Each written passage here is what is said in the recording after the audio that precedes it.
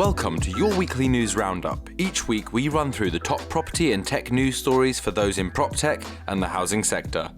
This week, the UK Housing Secretary unveils his future planning white paper, and we break down BP's new green business plan. Right, let's jump into our first story. The Housing Secretary, Robert Jenrick, has unveiled plans for a major overhaul of the planning system with his Planning for the Future white paper. The complex planning system we have now is seen as a major hurdle for many, but in particular smaller firms. Smaller builders have seen their share of the new housing development market drop from 40% 30 years ago to just 12% today. The government wants smaller housing developers and contractors to be key players getting the country's construction industry on the scale needed to drive our economic recovery from COVID-19. Key areas of focus for this reform are speed of construction, new homes being zero carbon ready, and cutting through red tape whilst keeping high standards.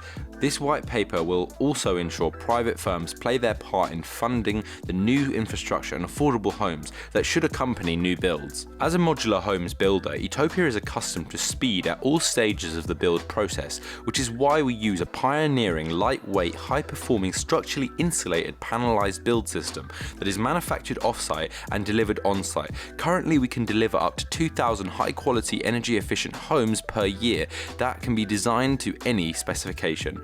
We do feel that many of the traditional approval systems prevent more builders from delivering the level of affordable homes required, so seeing the government working on fast-track systems to create beautiful buildings and communities is a positive direction to be moving in.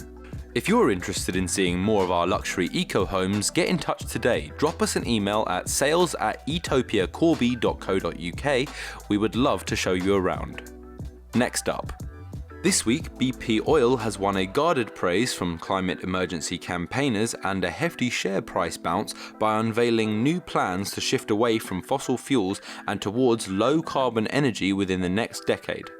BP revealed the energy transition strategy alongside its first dividend cut since the Deepwater Horizon oil spill, after plummeting to a record multi-billion-dollar loss and slashing the value of its oil and gas assets due to the impact of the coronavirus pandemic.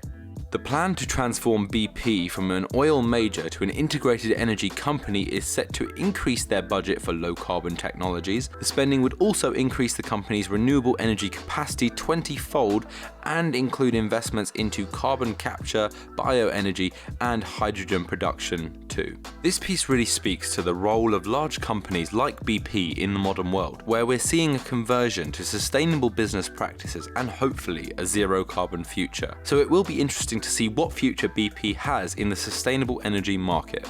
And now we pass the issue off to you. Let us know your thoughts in the comments below. And in global news, we saw the Innovation Centre Camp C took just 3 weeks to print the envelope for a 2-story house using Cobod's giant 3D printer. Also, the Jane Goodall Institute and OTP are restoring habitats for endangered chimpanzees by planting 3 million new trees. And interestingly, the world's largest green hydrogen project was unveiled in Saudi Arabia this week.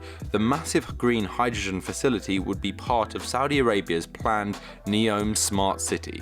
And just so you guys are aware, the guy who does these voiceovers is away on holiday next week, so this show will return on the 21st of August. Check out our socials for more news updates and head over to projectetopia.com to find out more about what we do. This has been your weekly news roundup. See you in a week for more updates.